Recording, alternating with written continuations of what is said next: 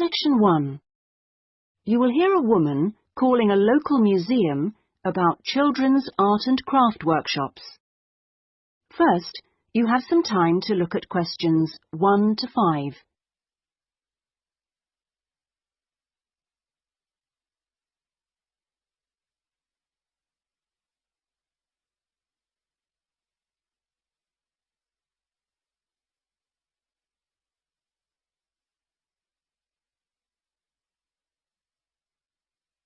You will see that there is an example that has been done for you. On this occasion only, the conversation relating to this will be played first. Good morning, Sidmouth Museum. Can I help you? Oh, yes. Good morning. I'm interested in the children's workshops, and I'd like a little more information, please. Do you mean the art and craft workshops? Yes, a friend of a friend mentioned them. The children do painting and make models and so forth. Yes, of course. Where to begin? First of all, as you probably know, they run every Saturday. The workshops are organised every Saturday, so Saturday has been written in the space. Now we shall begin. You should answer the questions as you listen, because you will not hear the recording a second time. Listen carefully and answer questions 1 to 5. Good morning, Sidmouth Museum. Can I help you? Oh, yes. Good morning. I'm interested in the children's workshops, and I'd like a little more information, please. Do you mean the art and craft workshops? Yes, a friend of a friend mentioned them. The children do painting and make models and so forth. Yes, of course. Where to begin? First of all, as you probably know, they run every Saturday. Fine. And what about ages? Well, all ages from 5 upwards are welcome, though we do ask that children below 8 years of age are accompanied by an adult. Fine. That wouldn't be a problem. What about cost? Well, I think you'll find them very reasonable. It's £2.50 a child, with 80 pence off for 2 or more children from the same family. Oh, yes. Very reasonable. And are they held in the main museum? Not exactly. They're nearby. Could you give me the full address? I don't know the area very well. Yes, it's Winter House. Right. And that's in Tamer Street. Could you spell that, please? Yes, Tamer Street. Lovely. And I do need to tell you that there's a security entrance, so you need to press the green button for someone to let you in. Don't press the red button, please. But don't worry, it's all clearly labelled. Okay. And one more question. Is parking available nearby? We're driving in from out of town. Your best bet is to leave your car at the back of the library. On a Saturday morning, there are plenty of spaces there. It's right next door to the museum. And can I ask about booking places? Yes, and I must tell you, you really should book by calling the education department here. Oh, I'm sorry. Should I have rung them instead of the main museum number?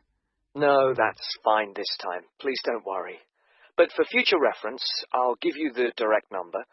It's 200-765. Great. I've got that. Before you hear the rest of the conversation, you have some time to look at questions 6 to 10.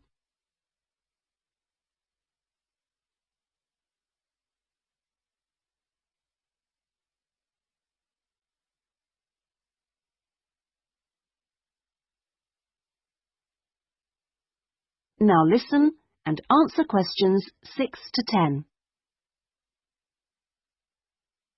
But I'm very happy to give you information about the next 2 workshops. On Saturday the 16th, there's building castles. Oh, sounds great. This involves quite a bit of glue, so just make sure the kids are in old clothes. I know. Ones I don't mind getting mucky. Exactly. And if possible, could you bring along bottle tops, which the children might be able to use in the models, as decoration? We'll certainly try to find some for you. Then the following week... That'll be the 23rd, won't it? Yes, that's right. On that day, it's what we call undersea worlds. This is where they make scenes with fishes, underground caverns, and so on. Is that likely to get very dirty? Lots of paint splashes? Not really, so we don't recommend any special clothes for that one. But if you could search out some silver paper to bring along to use in the sessions, it's shiny, it looks like water, that'd be great. Yes, of course. We'll see what we can come up with. Well, thank you ever so much for all your help. The sessions sound really good, and I'll certainly book up for the next 2. Lovely. Thanks very much for ringing. Bye. Bye-bye. That is the end of section 1. You now have half a minute to check your answers.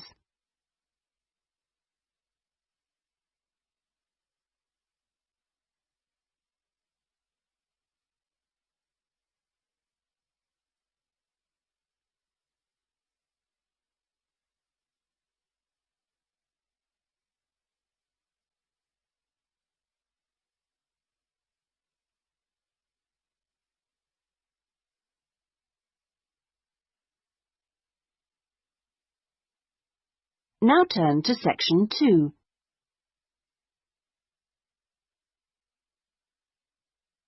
Section 2. You will hear a customer services official giving information to a passenger at a railway station in a town called Trebirch. First, you have some time to look at questions 11 to 17.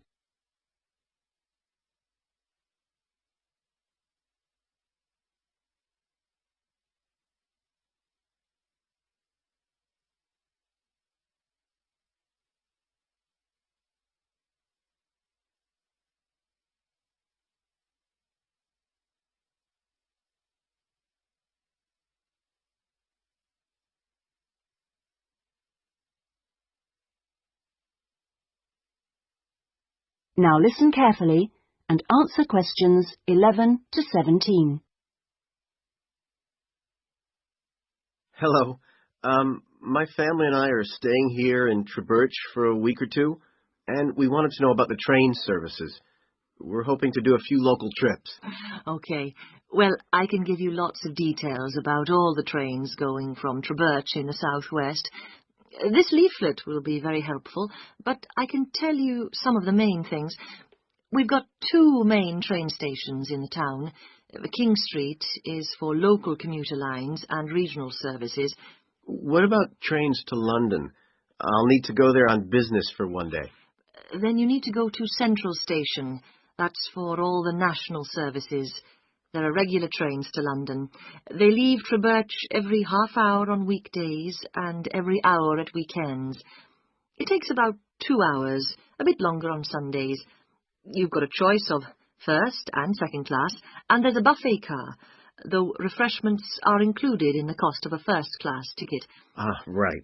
And have you got any information on different ticket types? Yes, there's a range of ticket prices depending on when you travel and when you buy your ticket.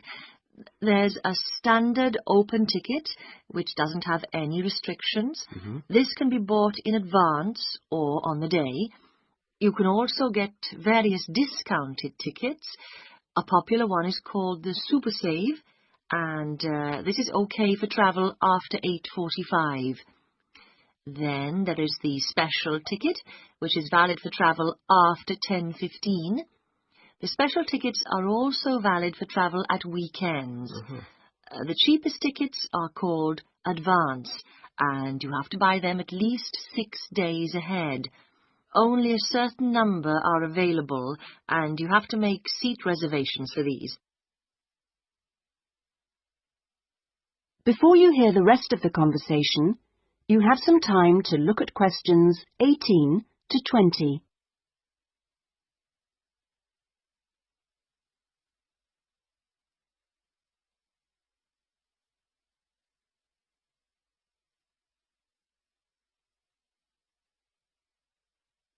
Now listen and answer questions 18 to 20. Thanks. And are there lots of places to go to around here? Oh, yes. You can enjoy many days out. There's the Merthyr Mining Museum, which is only half an hour from Birch by train. Your children will find it just as fascinating as any theme park, and they can ride in the original miners' lifts and on the coal trains. There are special excursion tickets which include entrance fees. Mainline trains also offer direct services to Bristol, where you can visit the docks or spend a great day out with the children in the zoo, which is set in the parkland that used to surround the old castle. Special family away day fares are available for this service now during the school holidays. Alternatively, you can be in Birmingham in only an hour and a half, where there's lots to see and do, including the new and internationally acclaimed climbing wall built on the site of the old aquarium. We will also be running a special service to Newport when the new Science Museum opens next year, as we anticipate a lot of visitors in the opening weeks. I'd advise you to call early to book your tickets. Is that okay? Yes, thanks. That is the end of section 2. You now have half a minute to check your answers.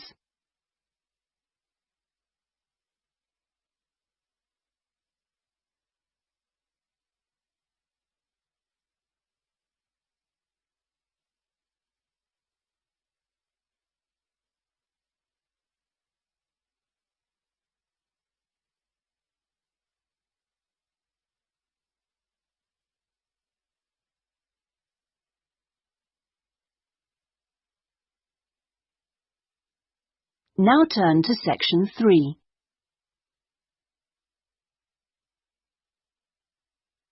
Section 3. You will hear a discussion between a tutor and an education student called Sandy about the student's dissertation. First, you have some time to look at questions 21 to 25.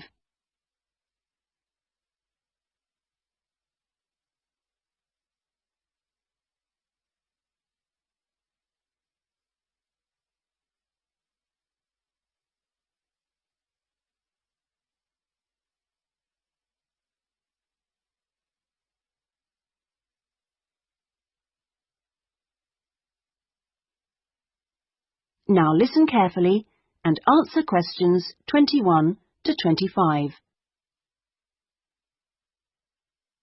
Hello, Sandy. How have you been getting on with your dissertation?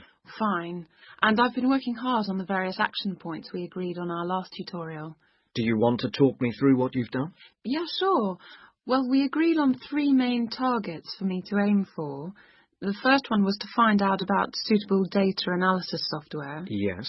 And what I decided to do was to look through catalogues specialising in IT. That's a good idea. What did you come up with? I found the names of 2 promising ones. Right. But I also thought it'd be worthwhile talking to a lecturer. Oh, right. Who did you see? Jane Prince. Do you know her? She's in the computer centre? Yes, of course. She's the new head. Yes, well, she was very helpful. Oh, that's good. Did she suggest anything in particular? Yeah, she recommended software called VVAT and said I should book up for a couple of practice sessions using VVAT. Great. I'm sure you'll find them useful. And, of course, the second target was to draw up a survey checklist, which... Yes, you emailed me it last week. Have you had a chance to look? Of course. I think it's good. Very much on the right lines. I'd say your first 2 sections are spot on. I wouldn't suggest that you change anything there, but in section 3 you really do need to have questions on teaching experience. Yeah, I was thinking that section looked a bit short. Right. And my third target was do further reading on discipline. Oh, yes. I mentioned a couple of writers, didn't I? Yes, well, I got hold of the Banerjee, and I thought that was excellent, but I'm afraid I didn't manage to get hold of the essays about classroom management. You know, the ones by Simon Erickson. The bookshop said it was out of print, and the library doesn't have a copy. Oh, right. And I'm afraid I've lent my copy to another student. What I suggest you do is try the library again. This time apply for it through the service called Special Loans. Have you done that before? You're entitled to 6 books a year. Yes, no problem. That's what I'll do. So, lots of useful work done.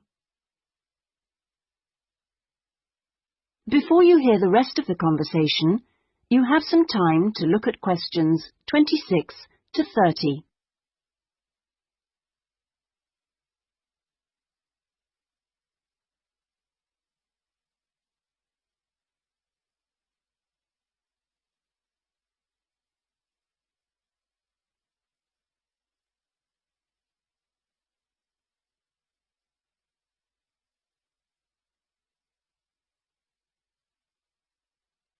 Now listen and answer questions 26 to 30.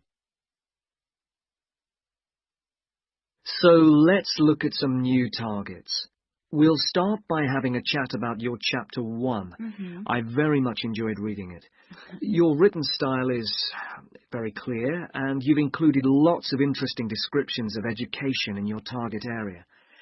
I've just got a couple of suggestions for some additional work. Of course. Could I just ask, what do you think I should call it?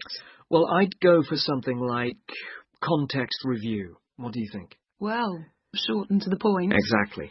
Now, as regards specific areas to work on, I'd be quite interested to have a few more statistics about the schools in the different zones. Oh, that wouldn't be a problem. I can get them from the internet. Great. And although you did make a reference to quite a few different writers, I think you should aim to cite more works written later than 2000. OK. That's more difficult, but I can try. When do you want that done by? Oh, it's not urgent. I should aim for the end of term. But in the meantime, I think you should also be thinking about Chapter 2. Should I be drafting it already? No, but I think you should note down its main sections. Yes. You know, I always find that the hardest part... I always find it helpful to put some ideas on index cards. Yeah. And then you can sort them and even lay them out on the floor. It's a real help. Well, I'll certainly try it. Okay. When would the deadline be for that? My advice would be to get it done before you embark upon the research. You can always change it later if you need to. OK, I'll get going on that then. That is the end of Section 3. You now have half a minute to check your answers.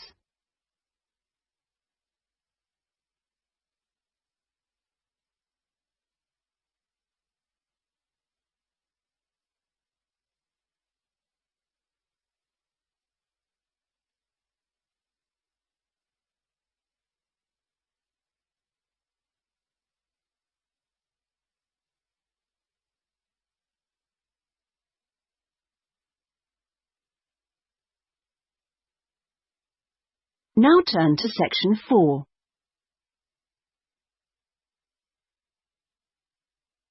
Section 4. You will hear part of a lecture about the history of moving pictures. First, you have some time to look at questions 31 to 40.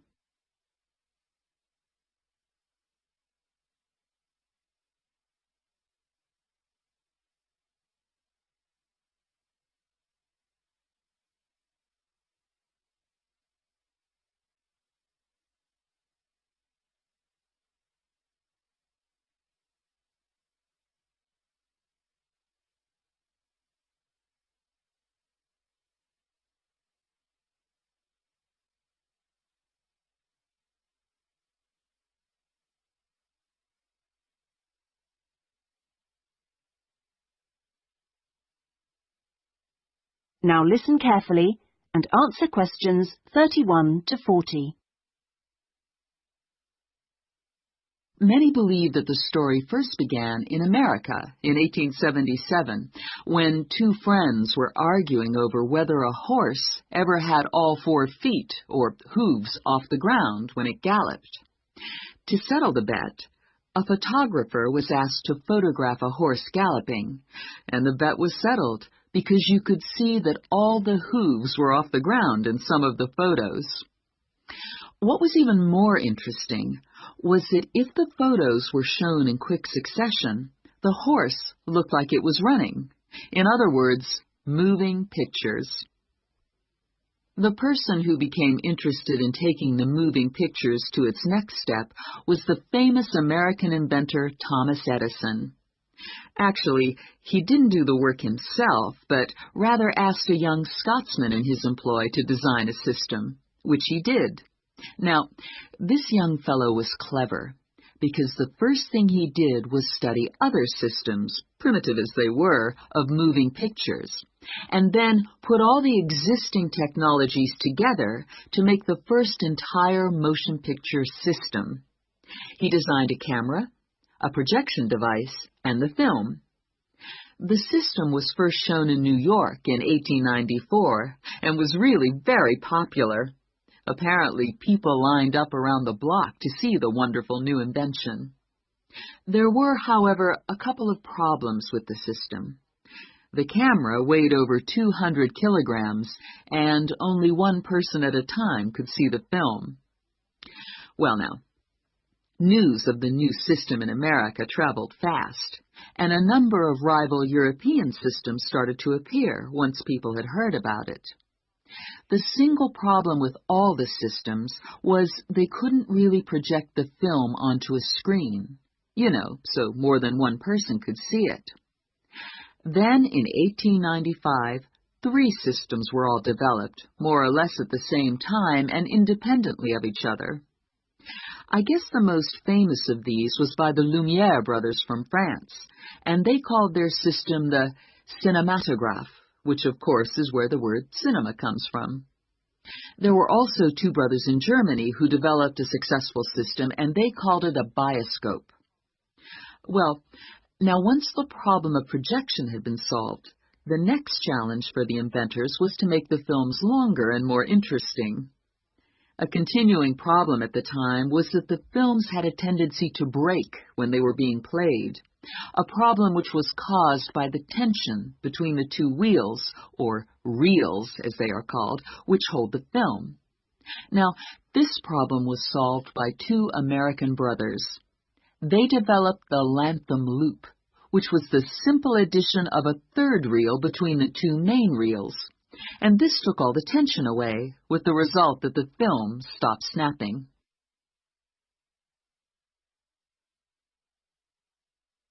So now there was a real possibility of having films of more than 2 or 3 minutes.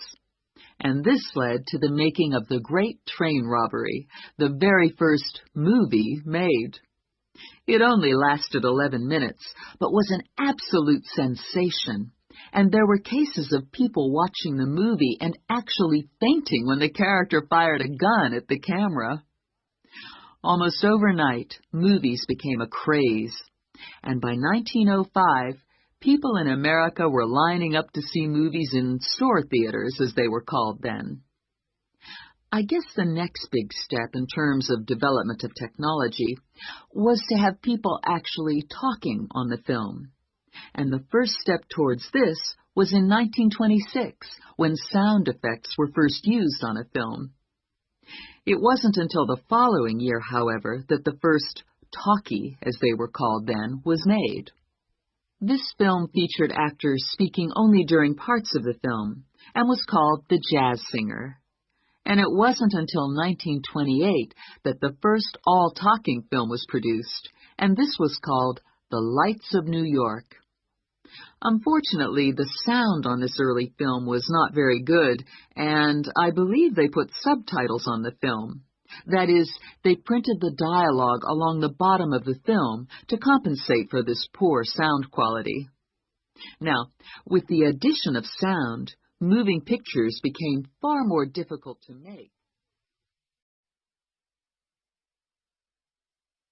That is the end of section 4. You now have half a minute to check your answers.